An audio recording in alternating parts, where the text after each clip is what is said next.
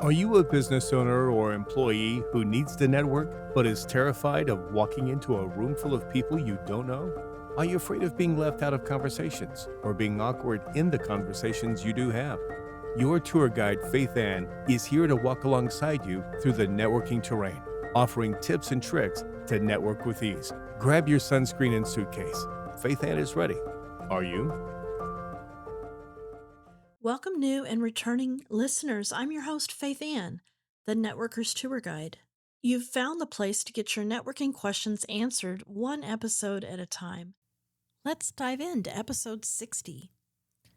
Episode 60 is a compilation of a few live at fives that I do in my Facebook group, the Networker's Tour Guide. I've put together 4 separate live at 5 recordings, with the most recent one first that was done in late November, going back to August of this year, which is a time of recording 2025. Now, one thing about hearing information again and again that I've learned since being in business is that it's okay to hear concepts, the good ones, the ones that really make a difference in how you behave and how you think. Sometimes you have to hear them several times. One of the concepts that I have really enjoyed learning over the past couple of years is Danielle Bailey's thoughts around decision making.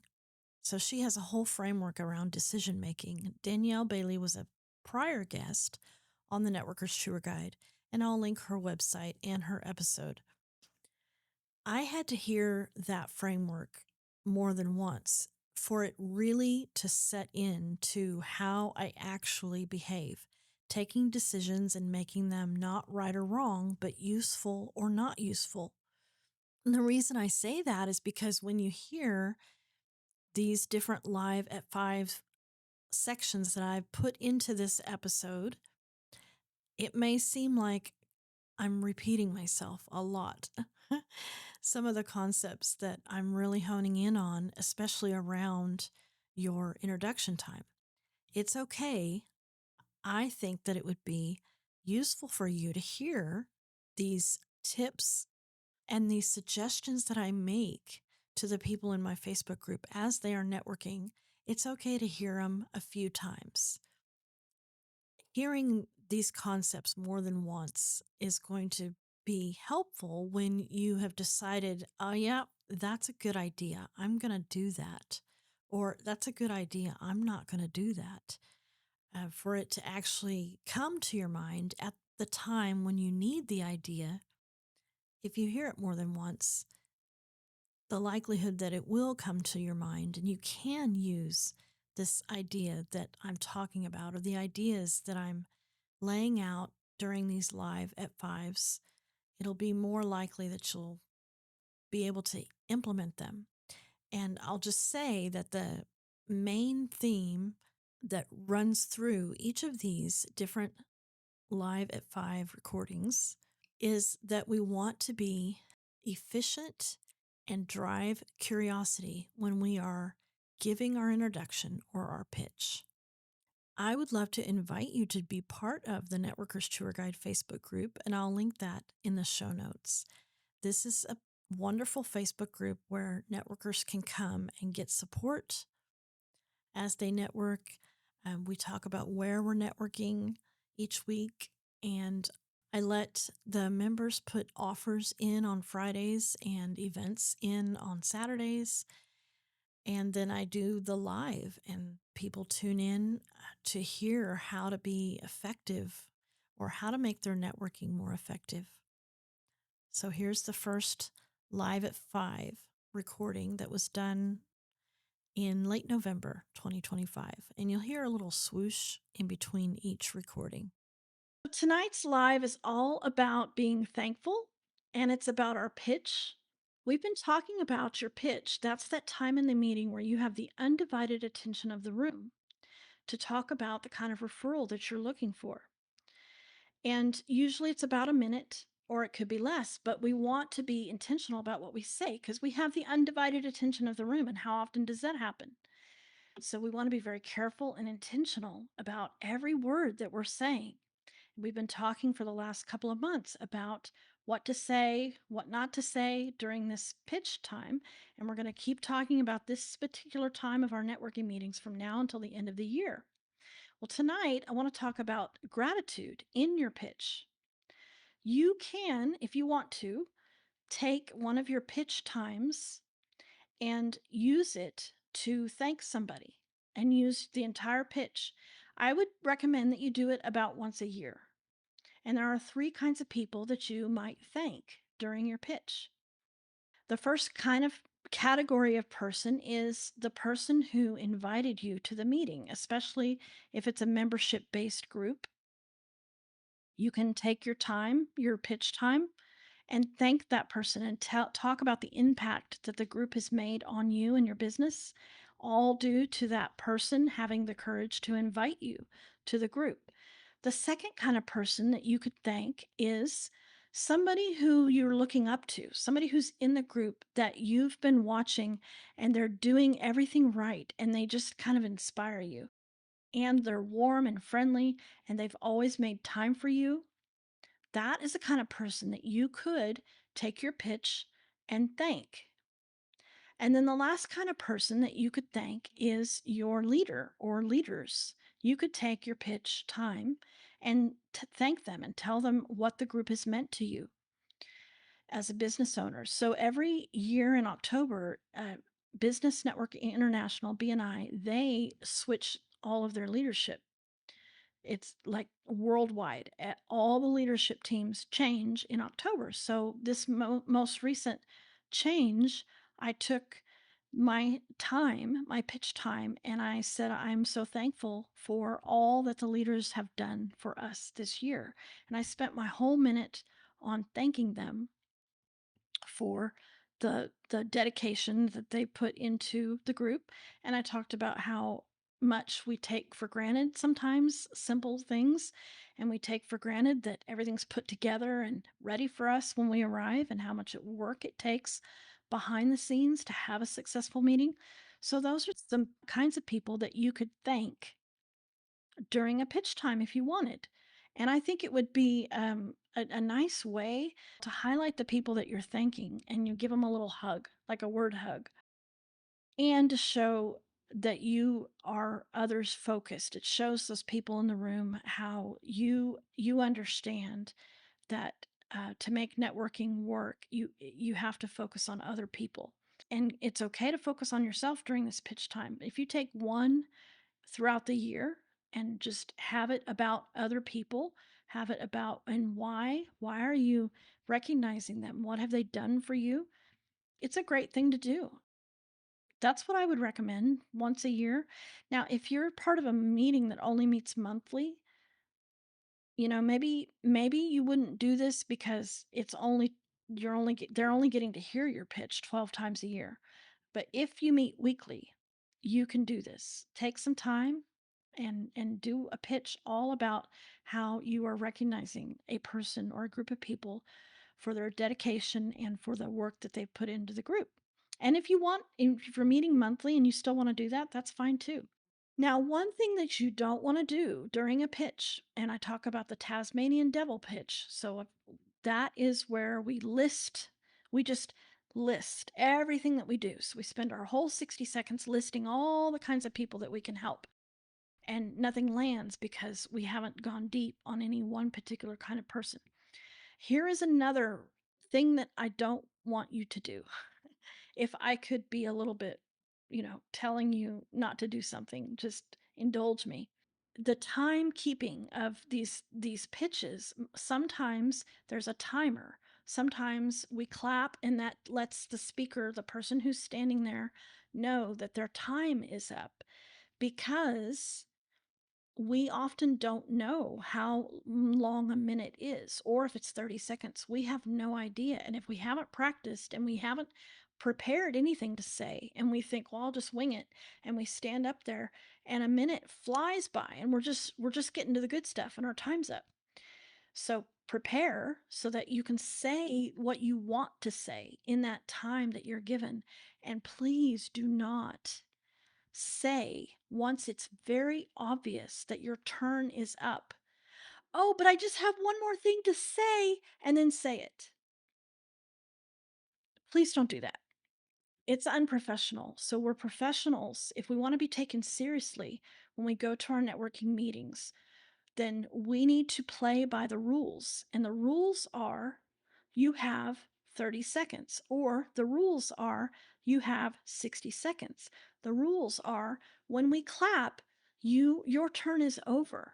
When the timer goes off, your turn is over. If that's what's happening, play by the rules because people aren't going to remember that one little thing that you have to add. They aren't going to remember that.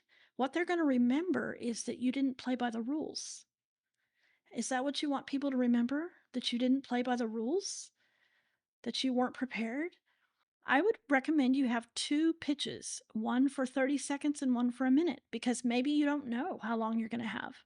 So you can pull out the one that's going to be appropriate for the time that you're given if you have them memorized. If you need help with that, let's talk. I can help you craft a pitch that's going to say what you want it to say in a minute or in 30 seconds and be impactful. So we can be grateful and we can use a pitch to recognize somebody or a group of people. If we want, we can take one full minute, one of our pitches, and do that. The other thing that we can do is we can recognize leaders. And then what we don't want to do is we don't want to go past our time and think that what we have to say is that important that the entire room is willing to just let you keep talking because the whole room wants more than a minute. We all want more than a minute. But when we're professional, we're thinking about other people and we're thinking about how many people are in the room and then we all get 1 minute. Let's be courteous and not break rapport and decide that we're going to squeeze that last little thing in. And the other thing that happens is the leader now gets very nervous because what it tells the leader, whoever's in charge of that time where everybody has a minute, it tells the leader, you'll just go until you're ready to stop because you've already ignored the boundary. You've already said that, yeah, I know people are clapping, but I'm going to keep talking. So you've already shown that you're not willing to play by that boundary. How much longer will you talk? That's what the leader's thinking. Oh my goodness, when is this person going to stop? One of the things that leaders think about from the time a meeting starts until the time it ends is we got to end on time. People have dedicated this time for our meeting and they have other things they have to go do. So we have to end on time. So when you don't play by the rules, you make it even harder for the meeting to end on time. And think too, what if every single person said, can I just have a little bit longer? Then that 1 minute turns into 2 minutes for every single person. And now you're guaranteed to not end the meeting on time. Good evening. I'm Faith Ann with the Networkers Tour Guide, offering you weekly tips and tricks to help you network better at your networking meetings, at your one to ones, in those referral conversations, and when you introduce yourself. Every Wednesday at 5 o'clock, I come in this group for about 15, 20, 25 minutes for live networking strategies. Now, we have been talking a lot lately, last 4 or 5 months, about our elevator pitches.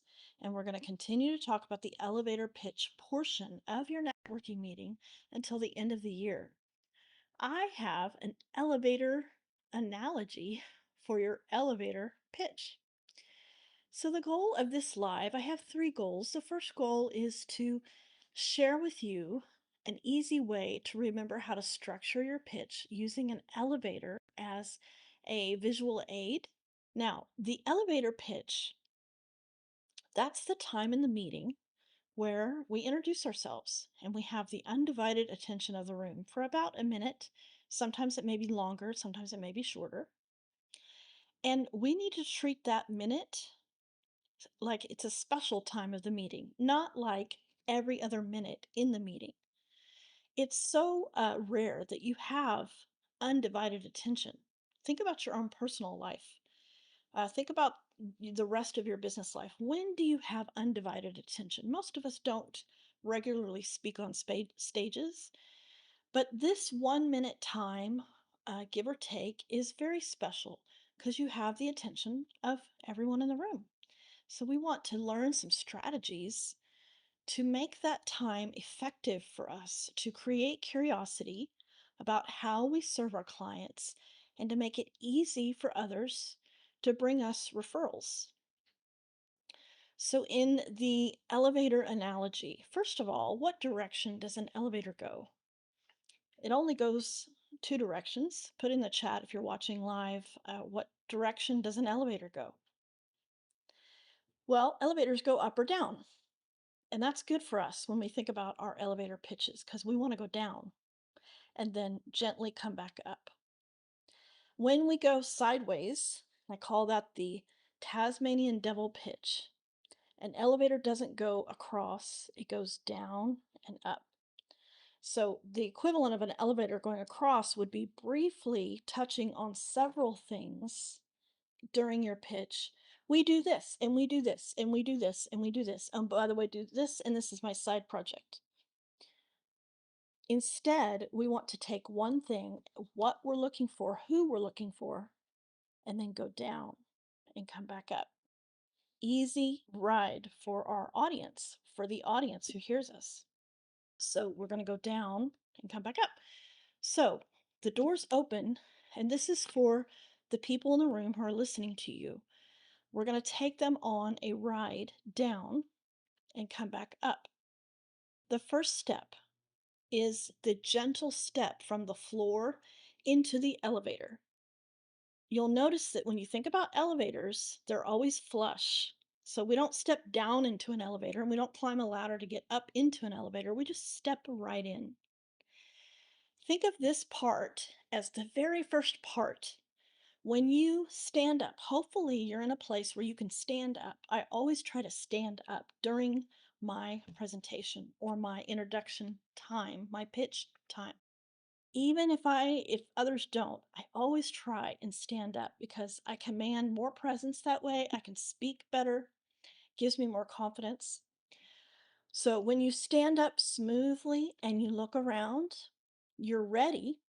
It's your turn and you're not down on your phone and someone has to poke you in the side and say, "Hey, it's your turn." Nope. You're watching intently and you're listening to every person that's gone before you with curiosity and interest and respect.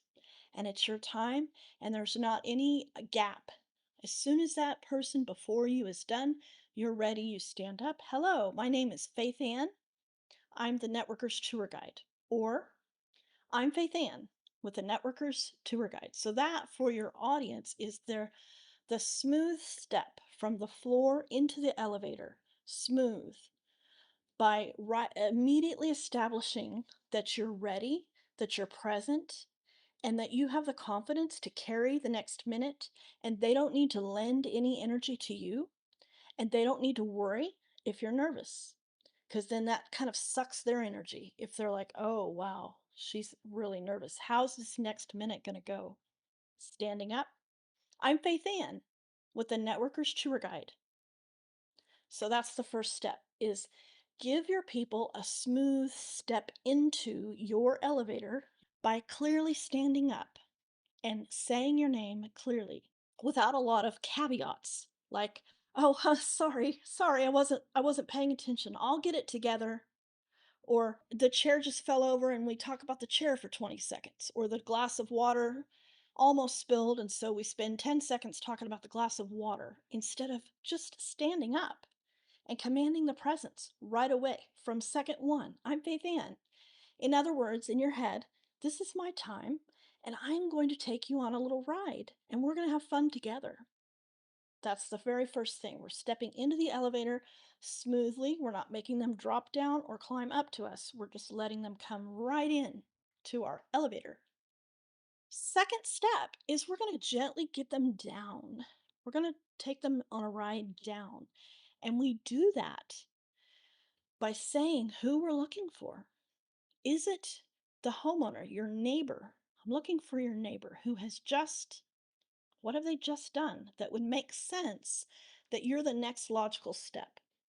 I am looking for the solopreneur you know who is feeling, and why are they feeling that way? Are they feeling happy because they just hired a brand new employee?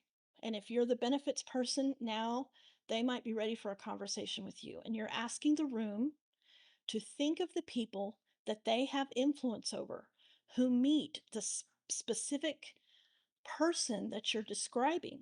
So instead of I can serve homeowners, I can serve commercial, I can serve, instead of that Tasmanian just flitting about to every single person that you help, you take one person and you take the people on a ride down the elevator. I'm looking for the homeowner who has just put up their Christmas lights. What would make sense for after they just got their Christmas lights put up? What other services do they need if you are serving homeowners? I'm looking for your homeowner who is complaining about maybe one of the people that take care of their home, complaining about their lawn care company.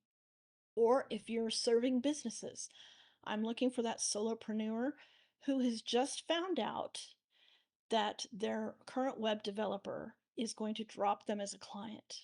And they're feeling scared because they're not sure how long a new website is going to take and they don't want to lose sales.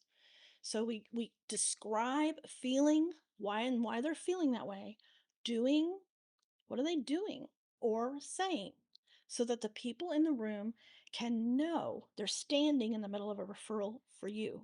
We're giving them clues. Hey, this is how you're going to know to bring me up when the people you have influence over are doing XYZ, saying XYZ, or feeling XYZ and expressing that to you. And why are they feeling that way? That's the ride down.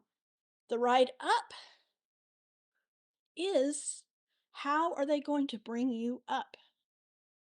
They may be standing in the middle of a referral for you. They may hear their mother complain about her back and how she might need a chiropractor. How do they bring you up? When your mom is complaining about having some shoulder pain, ask her. When your neighbor is excited about the new pool that's going to be installed, ask him if, depending on your profession, you come up with a question that makes it easy for others to bring you up. That's the elevator ride up, nice and smooth. And then finish with your name and the name of your business. That allows them to step out onto the floor without any gaps. And the reason we repeat our name and name of our business is because as you're talking, you're picking people up along the way. Because if you're doing a nice job of explaining, of describing your ideal referral, they're going to start to pay attention if they have people in their life that you're describing. Oh, yeah, my neighbor just, I was talking to him yesterday over the fence, and he was complaining about the people who do his lawn care, or he's getting ready to move, or all kinds of things happen to homeowners during the course of their day to day. And when you know your homeowners, when you know your neighbors, you'll hear the changes that are happening in their lives. And that's what you need to tell the people to listen to, listen for. And then, so they're going to be listening, maybe just slightly, and then you're going to say something, and they're like, oh, wait a second. I need to listen to her. I need to listen to Faith Ann. So then at the end, when you say, I'm Faith Ann with the Networker's Tour Guide, you're like, oh, okay, Faith Ann. Yeah, I need to talk to her. Another smooth transition, stepping out into the floor that you can do for the room, for the people in the room, is you can invite them to come and talk to you after the meeting. This is really good for events. If you're doing an event and you describe the kind of person that would be a good attendee for you, you can say, if someone has come to mind while I've been talking, come and talk to me after the meeting. I'll be here for a little while. So it invites them to come and talk to you, to talk about their possible referral. It creates safety so they don't have to wonder, they don't have to worry that you're going to jet off the minute the meeting ends. That's a nice tactic. That's a nice tool to get a smooth ride back up. And stepping out onto the floor is invite them to come and talk to you after the meeting. Hey, networkers! If you want your next one to one to go beyond swapping business cards, Faith Ann's got something for you. She created a free resource called 10 Questions to Ask in a One to One. It's packed with thoughtful questions that help you get to know someone and leave a lasting impression. Click on the 10 Questions link in the show notes and download this resource today. Hi, it's Faith Ann, the Networkers Tour Guide, coming into this group weekly every Wednesday at 5 for networking tips and tricks. We're spending the rest of the year talking about your elevator pitch, or that time in the meeting when you have the undivided attention of everyone in the room because you're giving your introduction or your pitch. We're going to talk a little bit about Sesame Street. Put in the chat if you watched Sesame Street as a kid. Did you enjoy it? Who was your favorite character? Or what did you like? Did you like the little cartoons or did you like the Muppets better?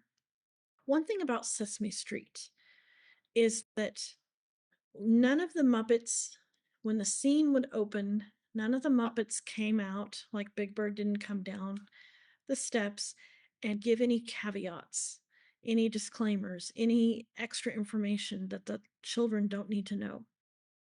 The action always was right away. So as soon as the scene opened, Big Bird's talking to whoever he's talking to. There's action, there's story right away. There isn't, oh, I'm sorry I'm a little late.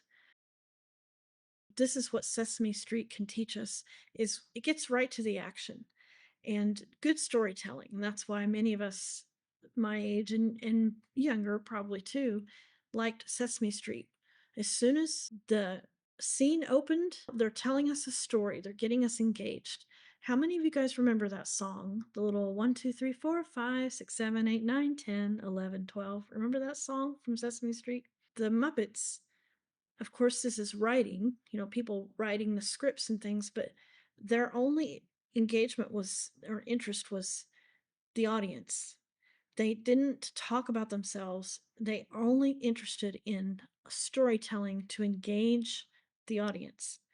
So when we introduce ourselves during our introduction time in our networking meetings, as soon as we stand up, I'm Faith Ann with the Networkers Tour Guide. We just go into it. Just get right to it. Not standing up and saying, well, I planned to talk about this, but something happened and I decided I'm going to talk about this. No one knows. Like, no one knows but you. You're the only person who knows that you plan to say one thing, but now you've decided to change your mind. Does the audience really need to know that? Does the audience need an apology? The first thing you stand up and say, oh, I'm sorry, guys, sorry. Is that the first thing that they should hear from you is an apology for whatever, which might be a big deal to you, but is insignificant to them, whatever it is you're apologizing for? Just get right to it. Get right to introducing yourself. Bring your own energy that you're going to give to the room of warmth and competence. They're going to feel that energy and they're going to give it back to you with their faces, their leaning in, their body language. And you guys are going to have this exchange when you're warm and competent, confident, and you know what you plan to say. And so you don't have any time to talk about disclaimers or caveats or reference anything that's irrelevant that has just happened or that will happen. I'm sorry, I'm going to have to leave early. I just wanted to say. So, how long does it take you to say that? I'm sorry, I have to leave early. I just wanted to say XYZ. When you could just start talking. I'm Faith Ann. I help people network. This week, I'm looking for that new business owner who has just moved in from out of city or out of state and is saying, you just get right to it. Just like Sesame Street, you ever watch some Sesame Street, you'll notice they just get right to it. That is one tip that you can take from this live is at your networking meeting. If you find yourself wanting to do some disclaimers, some explaining before you even say your name, don't. Stand up, say your name. They want to know how they can help you. And they're quickly deciding, are you worth listening to or not? They're going to decide that very quickly. So warmth and competence, warmth. Know what you plan to say. And that way, the other thing too, when you're stuttering and stammering around, the audience, especially the more empathetic people in the audience, are now thinking, oh, how's this next minute going to go? And so their minds are closed to listening for an opportunity for you to refer you because they're so concerned about how are you going to do in this next minute? How's it going to go? You don't want them wondering that. You want them listening, curious to the kind of referrals you would like, to the stories that you're going to tell briefly, to the testimonial that you're going to tell briefly, or to the education you're going to give the room about how you help people. They're ready for that. Okay. They're ready for that. And they need you to get to the action right away. Because if there's 30 of you, all the more reason. Just get to it right away. Now, here's something about being an audience member in the audience. So I say you're on from the moment you walk into the room until you leave. You're being watched, you're being observed, whether it's unconsciously or consciously. So here's a tip to be a good audience member is pay attention. If you're on your phone when everyone else is talking and now you stand up and you want them to pay attention to you, but you haven't paid any attention to anybody else, like undivided attention, looking up warmly, smiling, focusing on each speaker and what they have to say can do a lot to build your own credibility because we want people to listen to us. So it's only right that we are a good audience member during this time. And you may miss an opportunity if you're on your phone. Maybe the painter is attending that meeting for the first time, and your neighbor tomorrow is going to ask if you know any painters. Did you hear? Were you listening? So that's another tip to make this whole time, the introduction time, squeeze the most you can out of it. First tip, get right to it. I'm Faith Ann with the Networkers Tour Guide and start asking what you want for. Tell us a story, give us a testimonial, and then tell us what kind of referral are you looking for.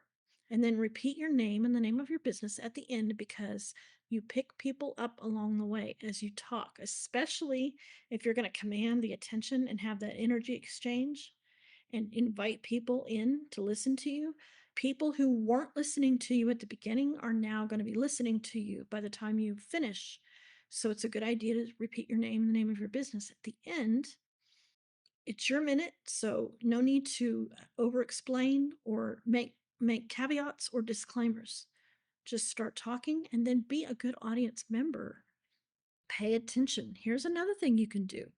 Write things down as people are talking. Write them down. Write down the kind of referrals people are looking for. You might remember it more if you write it down, and it shows a lot of respect for those people that you're really paying attention, as if you're taking notes. So that's what I have for my tips and tricks. And of course, we never want to be a Tasmanian devil pitch. We don't want a pitch that says we do this and this and this and this, and we can help this. And oh, by the way, here's my side project. So I've mentioned that almost every week now for the last 6 weeks. Be clear so that the people can take what you're saying and they can do something with it. If you just sound like a Tasmanian devil with 20 different things that you're saying that you can do, then the people they can't grab onto anything. It's too hard for them because you're a commercial. So when I talk about who I'm looking for one kind of person. Now that can change. It could be maybe I'm looking for podcast subscribers, or maybe I'm looking for people who want help with planning their networking meetings over the next 3 months in a strategy session, or a member of Premium OKC Networking. But I would not combine those in one pitch. It's about a minute or so. You can't get to all of that. So you pick one person and go deep. I talked about the elevator ride last week. You go deep down to who you're looking for, and then how do we bring you up? Say your name of your business at the end. Oh, here's another one. Be ready. When it's your turn, be ready. Another reason to not be distracted. Don't let any time, is as much as you can control this, make a smooth transition from when the person before you's turn is up into your turn as quick as you can. Like almost you stand up as they're sitting down if you're in a meeting where people stand up. Be ready. Don't let people wait and it's your turn and you're distracted and and then you're going to want to apologize for that. So be ready, pay attention. But if you're paying attention to the whole time, there should be no reason why you're not ready. Stand up, get right to it, and bring your energy to that time. It's special, and make your minute the way you want it to go that really benefits you.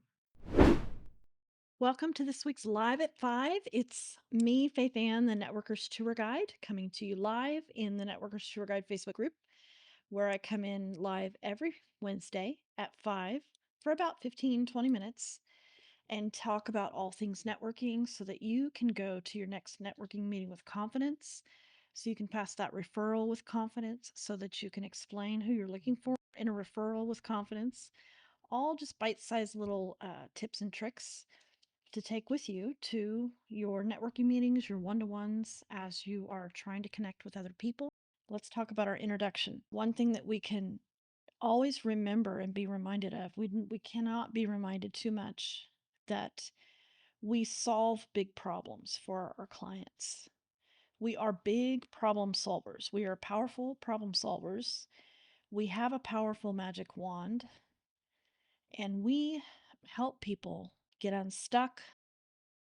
Think of Cinderella, the depth really of her misery, on that bench with her face in her hands, crying after her wicked stepsisters have just mutilated her dress and done all their wicked things. And there was no way she could get to where she needed to go without that fairy godmother coming in and saving the day. And for storytelling, that's really powerful. It's a powerful story. That's why it's lasted over many years. It's a powerful story. You take somebody out of the depths and you get them to where they want to go, the result they're trying to achieve, in many, many different ways that we serve people, no matter what your business is. So wouldn't it be nice if we take that energy and that realization that we are actually helping people? We are the fairy godmother, we are the fairy godfather, and take it with us into our meetings, especially when we are introducing ourselves. We have this powerful magic wand that we go doop doo doo doo doo doo dee, and let's remember that. Let's be that confident. Let's not treat our introduction as a ho hum, ordinary part of the meeting. Let me give you 5 quick tips that you can take to your next networking meeting. So these are not difficult. These are easy things you can do at your next networking meeting during your introduction or your pitch time. Number 1, say the name of your business twice. Say your name and the name of your business at the beginning and at the end of your introduction or your pitch. If they don't hear it, if the audience doesn't hear it at the beginning, they can hear it again at the end. So your name is a very important piece of information that you want the room to know. So it's worth repeating. And if you're not filling that time with a bunch of insignificant information, then you'll have time to fill it with important things and to show the power that you have in your business as you are solving problems for people in a very real way. Say your name and the name of your business at the beginning and at the end of your pitch. So if they don't grab it, if they don't hear it at the beginning, they'll hear it at the end. If they heard it at the beginning, it's a reinforcement at the end. Number 2, if you have a name that's difficult to hear, that's uncommon, that's more than 2 syllables, my name is all of those. Well, no, it is only 2 syllables. What I have to do is I have to really enunciate my name when I say it, and I have to kind of slow down. You don't want to rush through your name or the name of your business. This is something you want to be very deliberate about, enunciate, and even pause after you say it. I'm Faith Ann with the Networkers Tour Guide. Because networkers is 3 syllables, so that could easily get lost if I rush through it, if I mumble through it. The what? What did she say? Okay, I'm Faith Ann with the Networkers Tour Guide. Don't be afraid of pauses. That's number 3. Don't be afraid to pause. So will sometimes say, I'm Faith Ann with the Networkers Tour Guide. What do I say? I say, hungry networkers. Oh gosh, I forgot what I say, but it's hungry networkers feel fed after a strategy session with me. Something like that. If I had it all perfect, I would say that. But because it is different, it's talking about being hungry. I'm feeding people. What? What is that? I'm feeding people. Well, at least that's what people tell me after a strategy session with me. I feed hungry networkers. At least that's what they say after a strategy session with me. So if I've just said that, I'm going to pause and give that statement room to land in the room because it is so different. It is a different statement. I feed hungry networkers. At least that's what they say after a strategy session with me. And that is true. And I didn't just make that up. That's what someone told me. But that's something I'm going to let just land. So a slight pause before I continue is very helpful. So if you are saying something pretty profound, pretty significant, especially if it's very visual, pause. Let them hear it. This may be something you're saying for the 88th time but they're hearing it for the first time. They're hearing it for the very first time. So let them have some time to digest what you are saying. That is a way that you can really power up your introduction and be more memorable. Okay, that's 3. So say your name at the beginning, at the end. Number 1, don't mumble your name. Say it clearly, enunciate your syllables. Number 2, use a pause to help you. Like, use it for your advantage. Don't be afraid of a pause. It really sets you apart. It lets the people hear what you're saying and digest it, and it gives you instant credibility. Number 4, tell people what people say when they hire you. And when you tell them this, match the emotion with what you're saying. If you're saying, when you hear your friend complain about XYZ, don't say it like when you hear your friend complain about not having enough time to clean her own windows. If she's complaining, then she's got emotion. Because most of us, when we complain, we have emotion that comes with it. So match that. You want to have that emotion transfer from you to the room because that will help the people in the room remember what you said. If you say it with the emotion that matches the words you're actually saying. So if someone's complaining, if that's part of your introduction, is I can help people who complain about, and they say things like, and man, lay it in. Okay, I don't know what I'm gonna do. This is a disaster. I don't know what I'm gonna do. Or if it's bragging or excited about, then match that. We don't say, I'm looking for your friend who's real excited because she's about to take a new vacation or she just got a new car. No, she just got a new car and now she's ready to whatever that would be. If that's what you're doing, if the magic wand for you in your business is something good has just happened and now you're going to enhance that good thing that's just happened, then we need to hear the good coming out of you, like just pouring out of you because you're so excited. Or we need to hear that desperation. If you are the person that waves the magic wand after someone who had something bad has just happened, we want to hear that. So that's number 4. So express what your words are actually saying. And don't be worried about, well, gosh, Faith Ann, I don't want to perform. I'm not asking you to perform, but I'm asking you to make it easy for others to put themselves in your client's story so that they will remember it the next time the people they have influence over are doing or saying the same thing. So I'm asking you to make it easy for yourself, for others to put themselves in your story or your client's story so that when they are at that birthday party, when they are at that ski resort, when they are working alongside a coworker and their coworkers are complaining, their friends are complaining, their neighbors are bragging, they'll be, I remember that.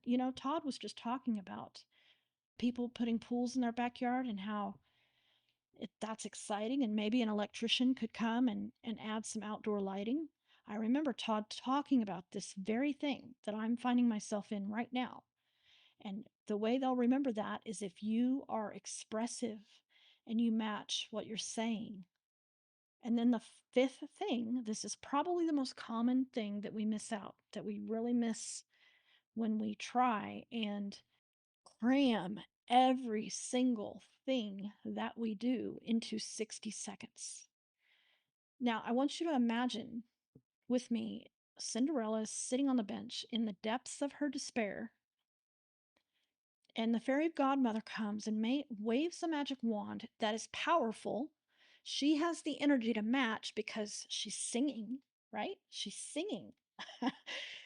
She's all kinds of energetic. She's not just ho hum about this. She knows she's powerful. She knows that wand is powerful, and she's going to match her enthusiasm with what's about to happen to Cinderella.